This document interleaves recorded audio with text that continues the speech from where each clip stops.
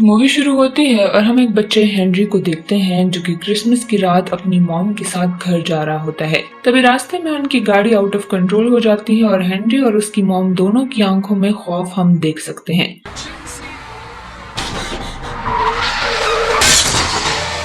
मगर तभी अचानक कुछ बहुत अजीब होता है। हम देखते हैं हेनरी गायब होने लगता है, ऐसे जैसे कि वो कहीं टेलीपोर्ट हो रहा हो, और उसकी मॉम ये देखकर शॉक्ड रह जाती हैं। अब हेनरी दरअसल टेलीपोर्ट ही हुआ है और वो आज से 15 दिन पहले के टाइम में जाता है, जहाँ पर वो अपने घर में टेलीपोर्ट होता है और उसके कपड़े भी गायब होते हैं। वो अपनी मॉम डैड को देखता है जिनके पास हेनरी का पास्ट वर्जन था। अब वो कुछ समझ पाए इससे पहले ही वो वहाँ से दोबारा टेलीपोर्ट होने लगता है और इस बार वो उस जगह टेलीपोर्ट होता है जहाँ पर उनकी कार आउट ऑफ कंट्रोल हो रही थी। मगर इस बार हेनरी कार से बाहर था और फिर हेनरी की आंखों के सामने ही उसकी मॉम की डेथ हो जाती है। तभी वहाँ पर एक आदमी आता है जो कि छोटे हेनरी को कपड़े देता है और कहता है कि घबराओ मत, मैं तुम्हारा फ्यूचर वर्जन हूँ। तुम ये एबिलिटी है कि तुम कभी भी किसी भी वक्त पास्ट या फ्यूचर में टेलीपोर्ट कर सकते हो, और जब ऐसा होता है तो तुम्हारे साथ तुम्हारे कपड़े टेलीपोर्ट नहीं होते हैं। तो जब भी ऐसा हो तो तुम घबराना मत, जैसे जैसे तुम बड़े होते जाओगे तुम खुद ही सब समझ जाओगे। अब सीन शिफ्ट होता है और हम एडल्ट हेनरी को देखते हैं जो कि एक लाइब्रेरी में टेलीपोर्ट होता है। हेनरी अब बड़ा हो चुका है मगर उसके साथ अब भी वही प्रॉब्लम है कि वो बिना कपड़ों के कभी भी कहीं भी टेलीपोर्ट हो जाता है। अब जब हेनरी लाइब्रेरी से निकल रहा होता है तो उसे क्लेयर नाम की एक लड़की मिलती है जो उसे जानती थी, मगर हेनरी उसे पहचान नहीं पा रहा था। क्लेयर उसे कहती है कि तुम टाइम ट्रेवल करके कई बार मुझसे मिल चुके हो। इस पर हेनरी हैरान होता है कि उसे सब के बारे में कैसे पता, क्योंकि उसे याद नहीं था कि वो क्लेयर से कभी मिला भी है। तब क्लेयर कहती है कि वो शाम को उससे मिलने आए, वहाँ पर वो उसे सब कुछ समझा देगी। हेनरी शाम को उससे मिलने जाता है जहाँ पर क्लेयर उसे बताती है कि जब वो 6 साल की थी तब हेनरी पहली बार उससे मिला था। तब के बाद वो कई बार हेनरी से मिल चुकी है। हेनरी को उसकी बातों पर यकीन नहीं था तो इसीलिए क्लेयर उसे एक डायरी दिखाती है जिसमें कि उसने हेनरी से मिलने वाले दिनों की डेट्स लिखी हुई थी। क्लेयर बताती है कि वो आखिरी बार उससे उसकी 18 साल की उम्र में मिली थी और तब से वो उससे दोबारा मिलना चाहती थी। इसके बाद वो हेनरी को अपने साथ ले जाती है जहाँ पर दोनों एक दूसरे के करीब आते हैं और क्लेयर हेनरी को उस टाइम के बारे में बताती है जब वो उससे पहली बार मिली थी। क्लेयर बताती है कि जब वो 6 साल की थी तो तब हेनरी टेलीपोर्ट होकर उसके पास आया था। तब तुमने कहा था कि तुम टेलीपोर्ट हो सकते हो और मुझसे दोबारा मिलने आओगे। तब मैंने कहा था कि मुझे तुम्हारी बात पर यकीन नहीं है, लेकिन तभी तुम वहाँ से टेलीपोर्ट होने लगे और तब मुझे तुम्हारी बात पर यकीन आने लगा। अब इन्हीं दिनों में हेनरी क्लेयर को अपने बारे में सब कुछ बताने लगता है कि किस तरह से उसकी मॉम उसके सामने मारी गई थी और पास्ट में टाइम ट्रेवल करने के बावजूद वो पास्ट इवेंट्स को नहीं बदल पाता और जो कुछ हो चुका है उसे वो नहीं बदल सकता। इसके बाद क्लेयर हेनरी को अपने फ्रेंड गोमेज से मिलवाती है और उसकी पार्टनर से भी, लेकिन गोमेज को हेनरी शुरू में सही नहीं लगता और कुछ ही दिनों के बाद हेनरी अजीब से हुलिये में किसी से लड़ते हुए गोमेज से मिलता है। गोमेज उसके पास जाता है और उससे पूछता है कि तुम ये सब कुछ क्या कर रहे हो। तभी हेनरी उसे बताता है कि वो करंट टाइम का हेनरी नहीं है, वो फ्यूचर से यहाँ पर आया है और वो टाइम ट्रेवल कर सकता है और यहाँ वो कपड़ों के लिए लड़ रहा था क्योंकि हर बार वो टाइम ट्रेवल के बाद बिना कपड़ों के ही होता है। और फिर हेनरी उससे ये भी बताता है कि फ्यूचर में हम दोनों बहुत अच्छे दोस्त बनने वाले हैं। अब गोमेज को भी हर किसी की तरह उसकी बात पर भरोसा नहीं था, लेकिन तभी उसी वक्त हेनरी वहाँ से टेलीपोर्ट हो जाता है और फिर गोमेज को उसकी बात पर यकीन आ जाता है। अब गोमेज जल्दी से क्लेयर के पास जाता है और उसे हेनरी से दूर रहने को बोलता है, पर क्लेयर उसे बोलती है कि मुझे पता है कि तुम बोलोगे कि हेनरी टाइम ट्रेवल कर सकता है, पर मुझे इस बारे में पहले से ही पता है और फिर भी मैं उसी के साथ रहना चाहती हूँ। हम दोनों एक दूसरे के साथ बचपन से ही कनेक्ट हैं, तो वो अपनी वाली लाइफ भी हेनरी के साथ ही गुजारना चाहती है, चाहे इसके लिए उसे कितनी भी मुसीबतों का सामना क्यों न करना पड़े। वहीं दूसरी तरफ हेनरी फिर से टाइम ट्रेवल करके पास्ट में एक ट्रेन में आ जाता है और इस बार वो टाइम में कुछ ज्यादा ही पीछे आ गया था, जहाँ पर उसे ट्रेन में अपनी मदर मिलती है और फिर हेनरी उससे बात करने लगता है। उसने कितने वक्त बाद अपनी मॉम को देखा था, वो काफी खुश था, पर वो उन्हें रियलिटी नहीं बता सकता था कि वो उन्हीं का बेटा है और ये भी कि फ्यूचर में उनकी डेथ हो जाएगी। तो इसीलिए वो उससे झूठ बोलता है कि वो उनकी सिंगिंग का बहुत बड़ा फैन है और वो उसे अपना नाम हेनरी बताता है, जिस पर उसकी मॉम उसे बोलती है कि मेरे 3 साल के बेटे का नाम भी हेनरी है और अब इस सब से हेनरी बहुत ही खुश था कि उसकी मॉम को वो याद है। हेनरी भले ही अपने इस टाइम ट्रेवल की वजह से बहुत डिस्टर्ब था, पर अपनी मॉम को देखने के बाद अब वो थोड़ा रिलैक्स हो जाता है। अब यहीं से हेनरी फिर से प्रेजेंट में आता है। वो अपने फादर के पास जाता है और उन्हें बोलता है कि वो जल्द ही क्लेयर से शादी करने वाला है, और फिर वो जल्दी से क्लेयर को प्रपोज भी कर देता है और क्लेयर भी इसके लिए मान जाती है। और अब फाइनली शादी का दिन आ चुका था, जहाँ पर वो दोनों ही तैयार थे। पर सब कुछ बदल जाता है जब हेनरी देखता है कि वो फिर से टाइम ट्रेवल कर रहा है।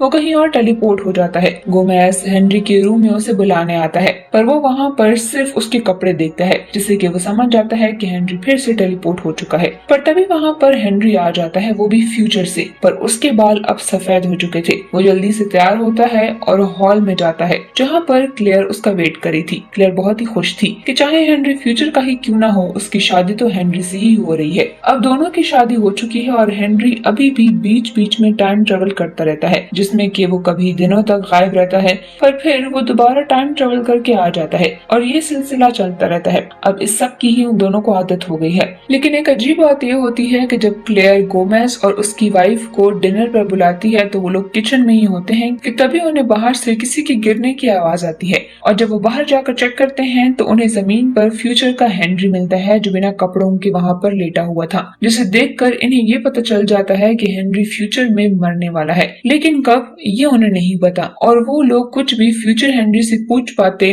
वो उससे पहले ही गायब हो जाता है। क्लेयर अब हेनरी से बात करती है कि जब भी तुम मेरे पास टेलीपोर्ट होकर आए हो, तुम हमेशा से 40 साल से कम ही रहे हो, यानी कि हेनरी की डेथ फ्यूचर में 40 साल से पहले ही होगी। अब हेनरी परेशान तो था, पर वो क्लेयर को उम्मीद दिलाता है कि मैं फ्यूचर में बचने की कोई ना कोई प्लानिंग कर लूंगा। लेकिन अंदर ही अंदर उसे भी पता है कि वो चाहकर भी इवेंट्स को बदल नहीं सकता, और जो होना है वो तो वो कर ही रहेगा। और फाइनली अब इनके पास एक गुड न्यूज आती है कि क्लेयर मदर बनने वाली है, लेकिन उसका मिसकैरेज हो जाता है, जिससे कि हेनरी समझ जाता है कि उसके बच्चे में भी उसी के जीन्स हैं। इसीलिए ही वो भी पैदा होने से पहले ही टाइम ट्रेवल कर सकता है, और जब जब वो टाइम ट्रेवल करता है तो उसकी मौत हो जाती है। हेनरी एक डॉक्टर से मिलता है और फिर वो हेनरी की टेस्टिंग करवाते हैं, जहाँ पर हेनरी फिर भी कितनी बार टाइम ट्रेवल कर जाता है, और फिर डॉक्टर उनको बताता है कि ये टाइम ट्रेवल हेनरी की जीन्स की वजह से हुआ है, और उसके यही जीन्स उसके बच्चे में भी हैं, और जिसकी वजह से वो पैदा होने से पहले ही मर जाता है। लेकिन डॉक्टर के पास भी इसका कोई इलाज नहीं था, और क्लेयर को भी लगातार मिसकैरेजेस हो रहे थे। अब फाइनली हेनरी इस सब से बहुत परेशान हो गया था, क्योंकि इस सब से क्लेयर बहुत डिस्टर्ब रह रही थी, और वो इसके लिए खुद को ही ब्लेम करता है। इसीलिए वो इन सब चीजों से एक दिन तंग आकर अपनी नसबंदी का ऑपरेशन करवा देता है, जिसके बाद क्लेयर उससे बहुत नाराज होती है, क्योंकि वो मदर बनना चाहती थी। जिसके बाद वो दोनों उस रात को अलग अलग रूम्स में सोते हैं। लेकिन फिर उसी रात को क्लेयर के पास ड्रॉर में से हेनरी का एक फोन मिलता है, जो कि पास्ट में टाइम ट्रेवल करने की वजह से यहाँ पर आ गया था। और फिर वो फोन लेकर हेनरी के पास जाती है, जहाँ पर पास्ट के हेनरी को नहीं पता कि क्लेयर उससे क्यों परेशान और डिस्टर्ब है। वहीं क्लेयर को याद आता है कि ये हेनरी तो पास्ट का है, और वो इससे प्रेग्नेंट हो सकती है, और इसीलिए वो पास्ट के हेनरी के साथ इंटीमेट होती है। और फिर वो घर आकर प्रेजेंट के हेनरी को बोलती है कि मैंने तुम्हें धोखा नहीं दिया, वो पास्ट वाला हेनरी भी तो तुम्हारा ही पास्ट है, तो टेक्निकली उसने कोई भी चीटिंग नहीं की है। और फिर हेनरी को ये सब कुछ याद आ जाता है, और फिर वक्त गुजर जाता है, और हम देखते हैं कि क्लेयर अब माँ बनने वाली है। और अब की बार काफी टाइम गुजर गया है, लेकिन उसका बेबी अब हेल्दी है, और उसको कोई भी मिसकैरेज नहीं हुआ है, और इस बार वो माँ बन सकती है। और फिर हेनरी और क्लेयर अपने बेबी का नाम डिसाइड करने लगते हैं। लेकिन हेनरी को डर है कि कहीं ये ख्वाब फिर से ना टूट जाए। और फिर उसी रात को वॉशरूम से हेनरी फिर से टेलीपोर्ट होता है, और इस बार वो खुद को एक जू में पाता है, जहाँ पर वो फिर से कपड़े चुरा कर वहाँ से निकल ही रहा होता है कि तभी उसे कोई अचानक से पापा बुलाकर पुकारती है, और ये आवाज एक छोटी सी बच्ची की थी, यानी हेनरी फादर बन गया है। हेनरी उससे मिलकर काफी खुश होता है। वो लड़की अपना नाम एल्बा बताती है, और फिर फादर और डॉटर एक दूसरे से बहुत सारी बातें करते हैं। एल्बा बताती है कि मुझ में आपकी ही जीन्स होने की वजह से मैं भी टाइम ट्रेवल कर सकती हूँ, मगर डॉक्टर्स की हेल्प से वो टाइम ट्रेवल को कुछ हद तक कंट्रोल कर सकती है, और आगे जाकर वो पूरी तरह से इसको कंट्रोल कर पाएगी। हेनरी बहुत ही खुश था कि उसकी बेटी अब एटलीस्ट उसकी तरह प्रॉब्लम्स नहीं फेस करेगी। और फिर उससे वो पूछता है कि प्रेजेंट का हेनरी और क्लेयर कहाँ पर है, तो तब वो बोलती है कि आपकी तो मेरी 5th बर्थडे पर ही मौत हो गई थी, जो कि एक शॉकिंग न्यूज थी और उससे मरे हुए 5 साल हो चुके हैं, जिसे सुनने के बाद हेनरी बहुत ही शॉक था और वो यहाँ से फिर से प्रेजेंट टाइम में टेलीपोर्ट होकर आ जाता है, जहाँ पर वो क्लेयर को एल्बा के बारे में बताता है और ये भी कि उनको बेबी के नाम के बारे में सोचने की जरूरत नहीं है, उसका नाम वो एल्बा रखेंगे। और यहाँ वो अपनी मौत के बारे में भी उससे छुपा लेता है कि कहीं वो उदास न हो जाए। अब धीरे धीरे टाइम गुजरता है और एल्बा अब 5 साल की हो चुकी है और यहाँ हेनरी को भी याद आता है कि उसकी 5th बर्थडे के बाद वो मरने वाला है, जिसके बाद से वो अपनी फैमिली के साथ एक एक पल गुजारता है और पूरा टाइम अपनी बेटी और क्लेयर के साथ ही होता है। और आज फाइनली एल्बा का 5th बर्थडे है और क्लेयर देखती है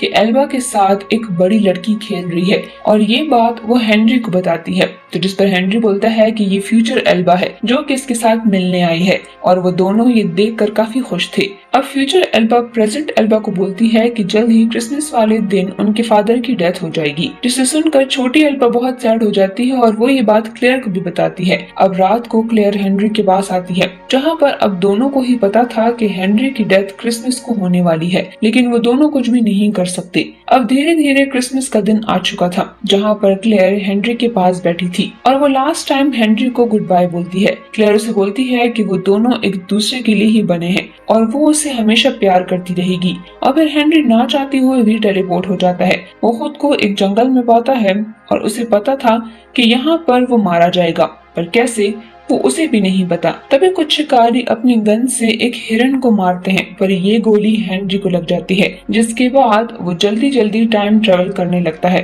और यही वो मौका था कि जब वो एक पल के लिए पास्ट में भी गया था और कुछ बिना ही बताए वो फिर से टेलीपोर्ट हुआ था और फिर से प्रेजेंट में टेलीपोर्ट होके वो क्लेयर की बाहों में अपनी आखिरी सांसें लेता है। अब हेनरी के गुजरने के बाद क्लेयर और एल्बा अकेले रहने लगे थे। अब टाइम गुजरता है पर एक इंसिडेंट अभी भी रहता है। जब एल्बा जो कि बड़ी हो गई है वो अपने दोस्तों के साथ खेल रही होती है, तभी वहाँ पर हेनरी आ जाता है और ये हेनरी का कोई पास्ट का वर्जन है। वो खुद अपने फ्रेंड्स को अपनी मॉम को बुलाने के लिए कहती है और खुद अपने फादर के गले लग जाती है। वहीं क्लेयर भी हेनरी के बारे में सुनकर जल्दी से इसके पास चली आती है और फाइनली हेनरी से एक बार फिर से मिलती है। वो बहुत खुश थी। वो उसे बोलती है कि तुमने मरने से पहले मुझे क्यों नहीं बताया कि तुम फ्यूचर में एल्बा से मिले थे। तो वो बोलता है कि मैं नहीं चाहता था कि तुम और एल्बा मेरा वेट करो और मैं चाहता हूँ कि तुम दोनों अपनी लाइफ खुद ही गुजारो और किसी पर भी डिपेंड मत हो और ये मुलाकात शायद हमारी आखिरी है। और फिर वो उसे गुड बाय बोलता है और एक बार फिर से टेलीपोर्ट हो जाता है और इस बार एल्बा और क्लेयर भी सैड नहीं होते बल्कि वो खुश थे और फिर वो दोनों एक दूसरे के साथ घर की तरफ निकल पड़ते हैं और इसी के साथ ये मूवी यहीं पर एंड हो जाती है।